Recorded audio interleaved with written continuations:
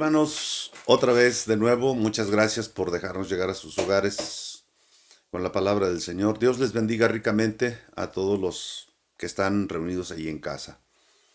Hay un pasaje del profeta Jeremías que escribe Lamentaciones capítulo 3 versículos 37 y 38, donde nos dice que ¿quién puede decir que lo que sucede no fue Dios quien lo mandó? ¿Y quién podría decir que de su boca no salga lo bueno y lo malo? Y me hace pensar respecto a esta situación que estamos pasando y por la cual no nos podemos ver para ministrar la palabra directamente, de boca a ojos, oídos, de que me vean en persona, de que yo pueda verlos, ver sus rostros. Puedo imaginar, puedo recordar y puedo vivir de ese recuerdo y alabar a Dios por cada uno de ustedes. Bendigo al Señor por esta oportunidad que tenemos otra vez de llegar hasta ustedes. Y pensando en ello, todo lo que está pasando, hermanos, no debemos desatribuirle a Dios algún despropósito. Dios tiene un propósito en todo. Ahí donde usted está, a lo mejor está batallando en alguna circunstancia, por alguna razón.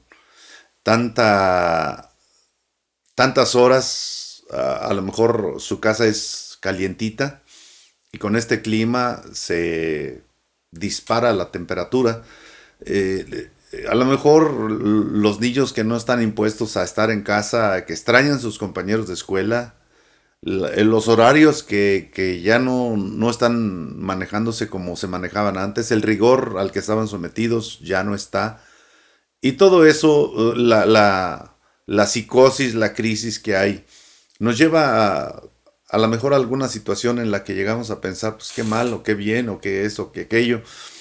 Pero de todo, por lo que dice el profeta Jeremías al escribir sus lamentaciones, en todo está Dios. Podría decirse que bajo cualquier circunstancia, Dios está en control. Bajo cualquier circunstancia que ocurra, Dios por encima de todo está en control. Él puede usar reyes y pastores, o puede también usar acontecimientos, simple y sencillamente, porque Él es Dios y puede hacer cualquier cosa como Él quiera hacerlo. Pues bien, vamos a inclinar nuestro rostro y les invito a que, junto con sus hijos, sus hermanos, sus padres, pues oremos a Dios y pidamos su dirección esta hora. Que la palabra del Señor llegue a nuestros corazones y seamos bendecidos por ella, hasta que Él nos permita otra vez estar juntos.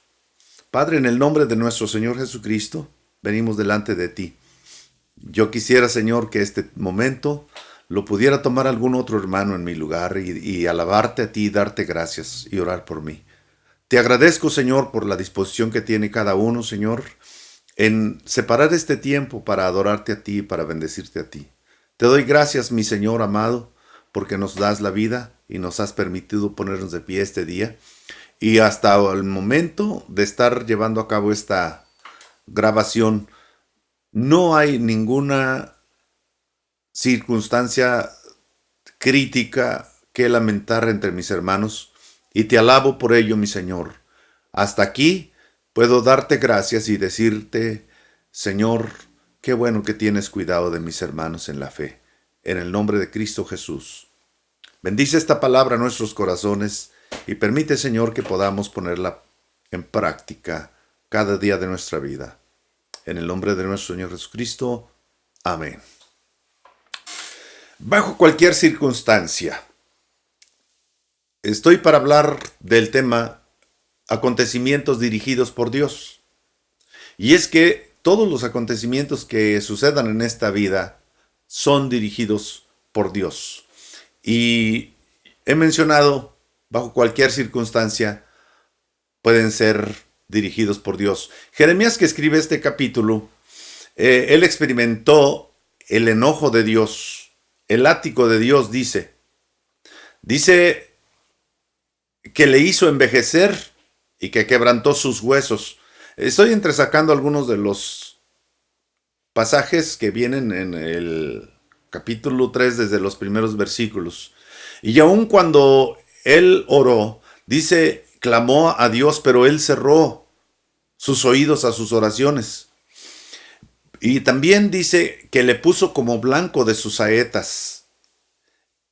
Y él reconoce, por la misericordia de Jehová, no hemos sido consumidos, porque nuevas son cada mañana sus misericordias.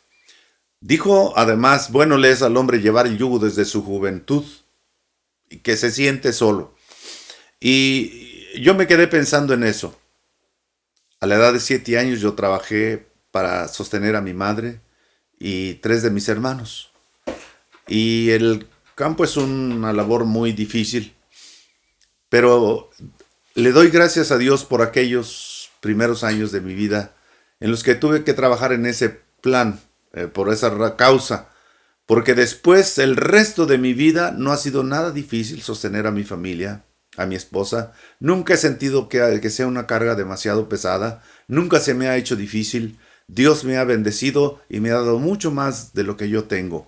Creo que esto puedo decir y atestiguar con la expresión del profeta Jeremías. Bueno le es al hombre llevar el yugo desde su juventud. La experiencia de Jeremías es que el Señor no desecha para siempre.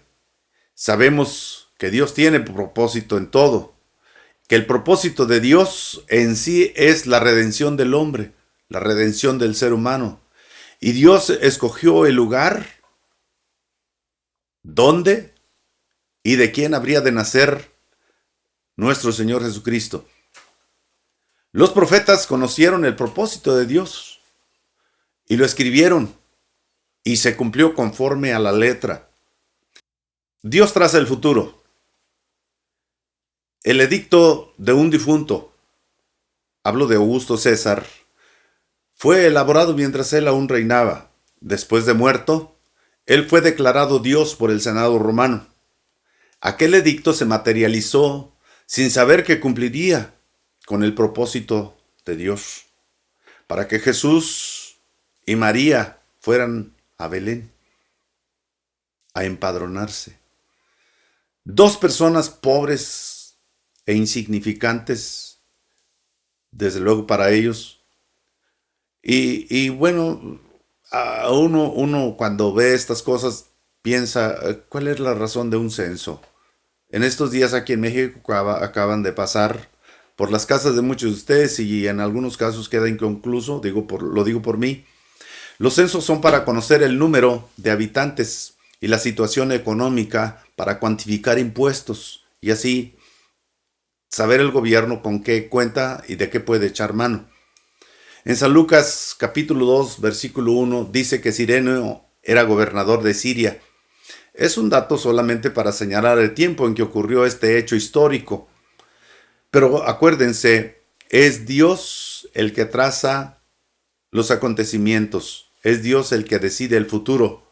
Dios traza el futuro, por eso lo conoce. Pero ¿por qué siendo el Hijo de Dios nació en un pesebre? A lo mejor a alguno de ustedes le ha entrado esta pregunta. Algunas personas me la han hecho. En lo personal, pues alguna vez me quedé con esa incógnita. ¿Por qué siendo el Hijo de Dios tuvo que nacer en un pesebre? Hasta que uno lee San Marcos capítulo 10, versículo 45 y encuentra allí: porque el Hijo del Hombre no vino para ser servido, sino para servir. Y en ello, en esto de trazar el proceso de las cosas y de tener conocido el futuro, como tiene conocido el comienzo mi Señor, ha empleado a reyes, ha empleado a pastores, hablando de 2 extremos totalmente distintos. Se ha valido de personajes extranjeros y de personajes del pueblo judío, del pueblo israelita. Se ha valido de muchas formas para hacer que su palabra se cumpla y su propósito llegue a feliz término. Y en este particular, estaba pensando en que Dios utilizó a unos reyes magos, según dice la Escritura, venidos de Oriente. Estos personajes llegaron e hicieron una pregunta que trastornó la paz social que había en Jerusalén. El rey y a toda Jerusalén con él.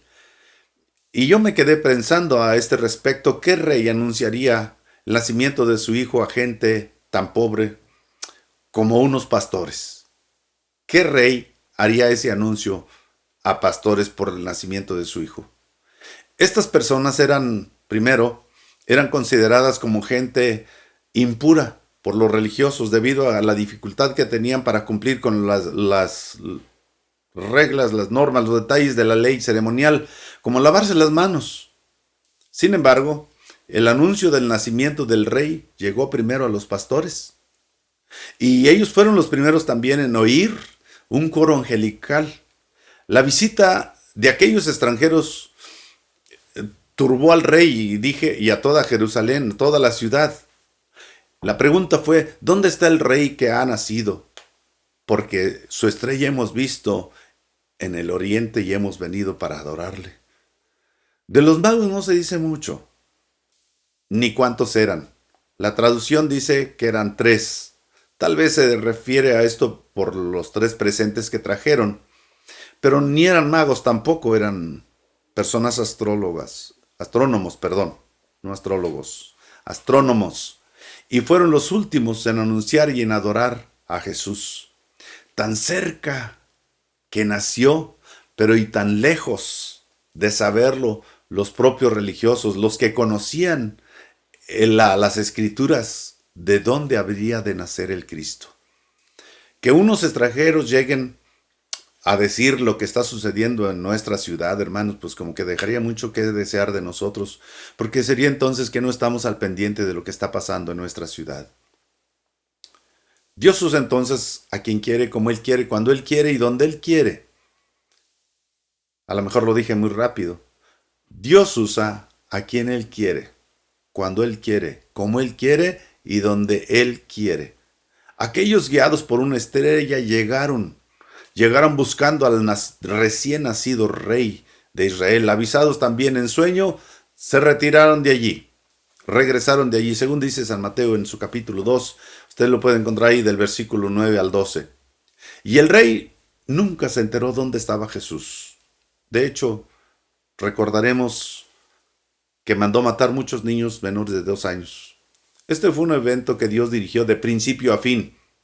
Como hay tantos en la historia de la humanidad o en nuestra propia vida, en nuestra corta vida. Quiero concluir, hermanos, que todos los sucesos de nuestra vida son conocidos por Dios. No hay nada que a nosotros nos pueda ocurrir o suceder que Dios no lo sepa. No pasará nada en nuestra vida que Él no sepa, pues son los conocimientos de Dios tan profundos y a lo mejor el ejemplo hasta es pobre, decir que aún los cabellos de nuestra cabeza están contados. Bajo las circunstancias que tenemos, podremos apreciar lo importante y lo que no es importante. Le aseguro que hay cosas que antes de esta reclusión, que antes de tener esta, voy a decirlo así, oportunidad de estar en casa, lo mencioné antes. El que está lejos quiere estar en la casa, el que está en el hospital quiere estar en casa, el que está en la prisión desea regresar a casa. Ahora que tenemos esta oportunidad, seguramente hemos apreciado y entendido que hay cosas que nosotros hacíamos antes que no eran tan importantes como lo son ahora otras cosas que hemos podido ver. Muchas de las cosas que no tienen importancia llegan a ocupar el lugar de las cosas realmente importantes en nuestra vida si no tenemos cuidado. Hace unos días estuvimos haciendo un desalojo de cosas que no eran necesarias aquí en casa. Y eso me llevó a pensar cuántas cosas dejamos entrar en nuestro corazón, que luego no son ni siquiera necesarias que estén allí y están ocupando un lugar que no deberían ocupar. Detrás de las cosas que se van acumulando se acumula basura. Detrás de esas cosas también se acercan las ratas. Detrás de esas cosas que no necesitamos, tenemos un estorbo, tenemos cosas que no nos benefician y que no nos traen bien y que muchas de las veces en un incidente, como en un incendio, nada más sirven para avivar el fuego. En los acontecimientos que veremos, podremos aprender más aún de nosotros mismos. Podremos conocer más de Dios en la medida que nos acerquemos a Dios. Y podremos sacar también de nuestra vida. Ahorita es tiempo de sacar de nuestra vida las cosas que a Dios no le agradan y hacer votos por estar bien delante de Dios. Señor, te doy gracias porque tú estás en control de todas las cosas y tú diriges todos los acontecimientos en nuestra vida. Y no hay nada que yo pueda pasar, Señor, de lo que tú no sepas. Y no hay nada, Señor, que pueda venir sin que tú lo sepas, sin que tú lo mandes, sin que tú lo ordenes, sin que tú lo permitas. Quiero darte gracias, Señor, porque estás en control y en tus manos estoy seguro. Estamos seguros, estaremos seguros y esperamos ver tu rostro. Y si eso fuera, Señor, pronto, déjanos estar preparados, Señor, para poder estar de pie delante de ti. En el nombre de nuestro Señor Jesucristo. Amén. Dios les bendiga, mis amados. Dios les guarde. Espero verles pronto y seguir sabiendo que están bien. Amén.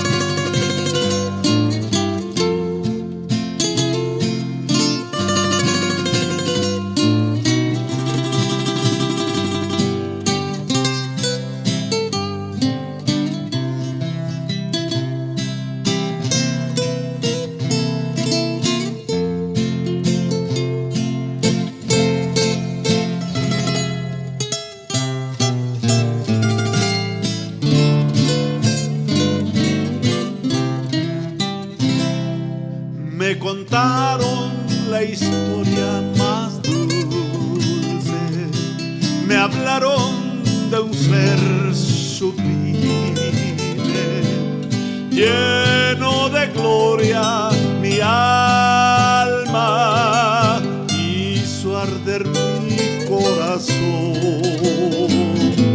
La historia que a mi alma conmueve es la historia más dulce que he oído. Huye el temor, trae paz y amor. Oh, dime su nombre otra vez. Le llaman admirable, consejero, Dios fuerte, Padre eterno, príncipe de paz. Él es el pan de vida, la luz del mundo, el camino, verdad y vida. Él es el Cordero de Dios que quita el pecado del mundo, la rosa de Sarón, el lirio de los valles, la esperanza viva, el Hijo de Dios, el Rey de Reyes. Su nombre es Jesús de Nazaret.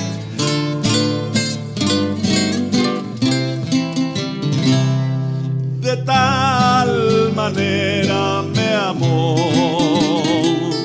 que en el cielo no pudo quedar. Vino a buscar y salvarme. Oh, dime su nombre otra vez. Oh, dime su nombre otra vez. Cantadme la dulce canción. Quien por amor del cielo bajó en cruenta cruz al morir. La historia que a mi alma conmueve es la historia más dulce que he oído. Huye el temor, trae paz y amor. Oh, dime su nombre otra vez.